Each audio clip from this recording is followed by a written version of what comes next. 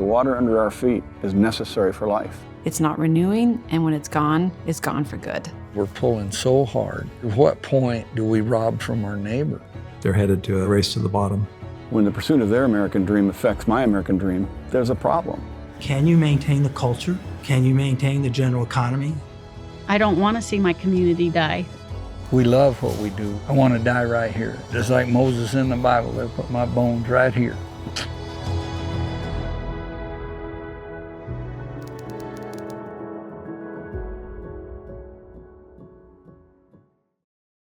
When we first started coming down here, we'd go to one of the restaurants in town. Farmers would be there, and the residents would be there. We'd be all hanging out together, and it was a good thing. I want to say about 10 years ago, we had a little change in the community. We started seeing more of what I call, for lack of a better term, industrial agriculture. And the pumping of groundwater went up dramatically. The first sign of trouble, we began to see sand and red clay in our water. Pretty soon our pump burned up in our well, and we had a well driller come and look at it. Told us that we needed to deepen our well, that we were caught in the cone of depression. Our water dropped from about 290 feet to about 380 feet in about 10 years' time, and so it dropped pretty significantly.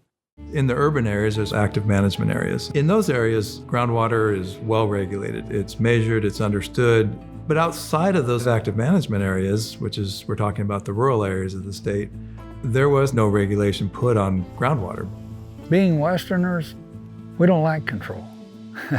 We just don't. It's not who we are. You think way back to the 1980 Groundwater Management Act, the sentiment there was not just no, but hell no. That's the Wild West out there, and government regulation was not welcome. There was a big effort to put in an active management area about a year ago. 2 active management areas. The one in Douglas passed, the one in Wilcox did not. I didn't support it. I didn't think it was needed.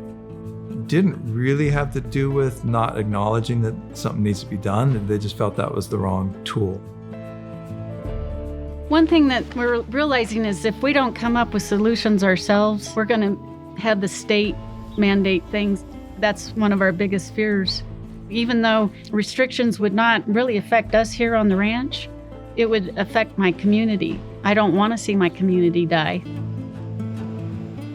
It's frustrating that your neighbor comes in and in the pursuit of the American dream, which I'm not against that. I don't want to be against anybody's pursuit of the American dream, but when the pursuit of their American dream affects my American dream, there's a problem. And it seems reasonable to me that we should discuss it and come to a way of managing a finite resource, which is what groundwater is.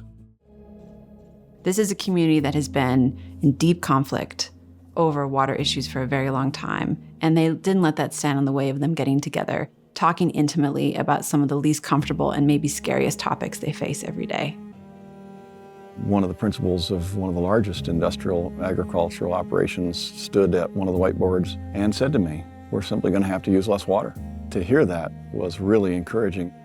It's been fun to watch neighbors that were pit against each other to come together in one room. I went from not helping at all to on the Governor's Water Council, and honored to be there and honored to be a part of the solution rather than part of the problem. They believe now that they can live together, and they want to continue meeting, and they want to continue working together and finding solutions to these things.